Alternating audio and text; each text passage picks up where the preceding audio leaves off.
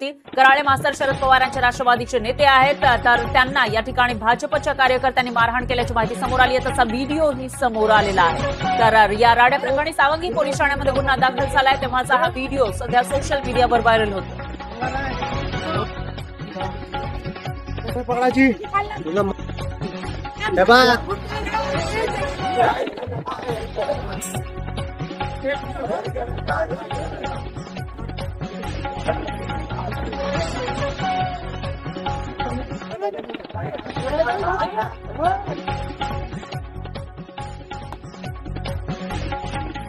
तो गुंडा प्रवृत्तीचा आणि आमदार पंकज भोयरचा फिलांटू सचिन खोशे यानं सरळ आणि त्याच्यावर क्रिमिनलचे बरेचसे आरोप आहे, त्याच्यावर गुन्हे दाखल आहे आणि तो डायरेक्ट माझ्या अंगावर येऊन मला मारहाण करून राहिला।